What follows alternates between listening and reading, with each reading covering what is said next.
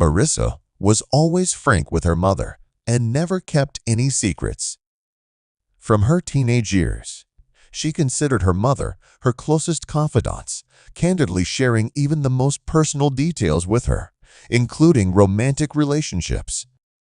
By the age of 26, their bond was virtually unchanged. Karen gave birth to Marissa at the young age of just 19, allowing her to fully experience her daughter's difficulties. As Marissa grew older, Karen's interest in her daughter's romantic experiences only deepened. Karen's personal life, however, was fraught with difficulties. She was constantly drawn to unsuitable partners, and her aspirations remained unrealized for long periods of time. Whenever Marissa stayed out late or didn't return home for days at a time, Karen felt jealous of her. Eventually, Marissa disappeared for 3 days, then a week, and then announced that a man named Brandon had proposed to her. "Who is this Brandon guy?" "You never told me about him," Karen asked, feeling curious. "We've known each other for about a year, but for a long time, we were just friends. It wasn't until recently that we got back together." "I know how you get along with guys," Karen winked. "Oh, Mom." Marissa found her mother's playful, sometimes inappropriate comments sometimes unbearable. Okay. He must be a good man if you've decided to settle down with him." "Yes," Marissa replied, albeit unconvincingly. "There's no joy in your voice," Karen remarked, noticing something odd. "No, there's nothing wrong. I'm just tired." "Okay, I'll take your word for it." Karen winked again and quickly turned the conversation to wedding preparations.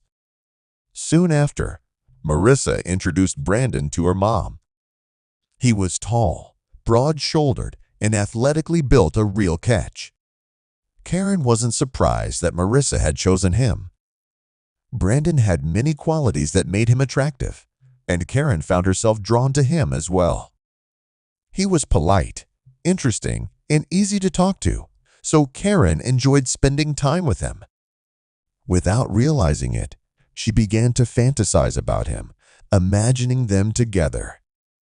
In her mind, Brandon was passionate, skillful, and tireless.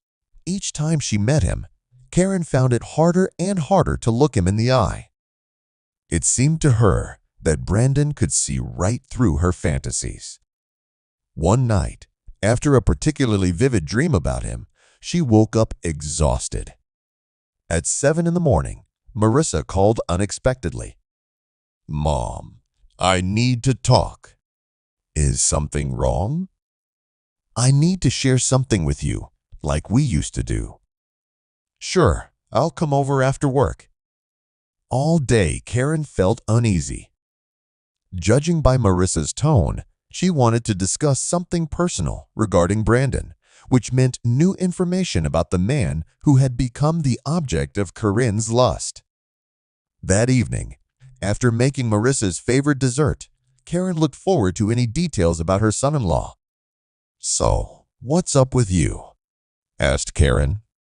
"You and I have always talked about everything, but I'm a little embarrassed to talk about it." "Go ahead, don't be shy," Karen urged, already on edge. "Brandon, he's just insatiable," Marissa admitted. "He wants me all the time, everywhere, and for long periods of time."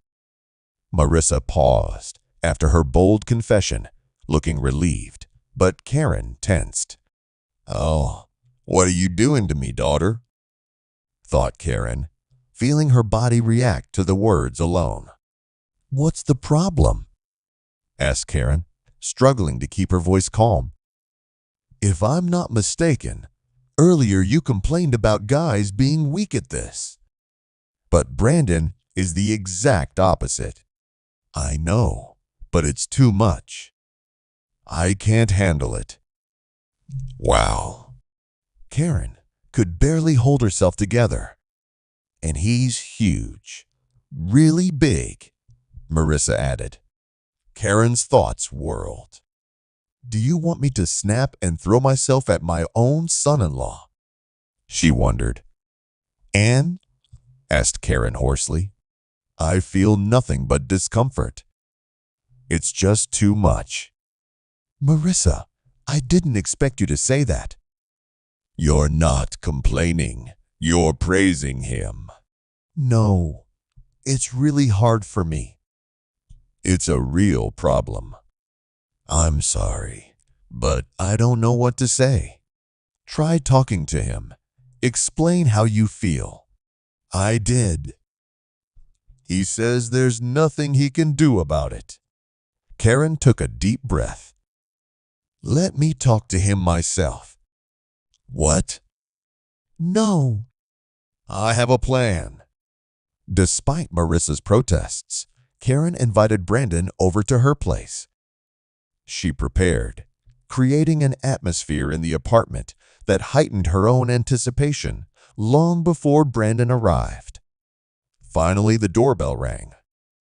Hi, Brandon. Come on in. Karen greeted him, gesturing to the couch. Brandon sat down, raising an eyebrow in surprise. Karen was dressed in a light silk robe that emphasized her slender figure. Her bare feet, with bright red nail polish, peeked out from under the robe. You wanted to talk, Karen? Said Brandon. I don't have much time, so let's get down to business. Karen licked her lips. Brandon, Marissa told me you're very active in the bedroom. She told you that. Brandon, we have no secrets. Brandon looked flustered, the unexpected topic taking him by surprise. Didn't she tell you she's been avoiding me for a few days now? Calm down. I have a plan, and I want to share it with you. Okay, I'm listening. Karen took a deep breath, as if preparing for a risky jump. She untied the waistband of her robe, letting the silk fabric fall to the floor. Brandon's eyes widened with shock.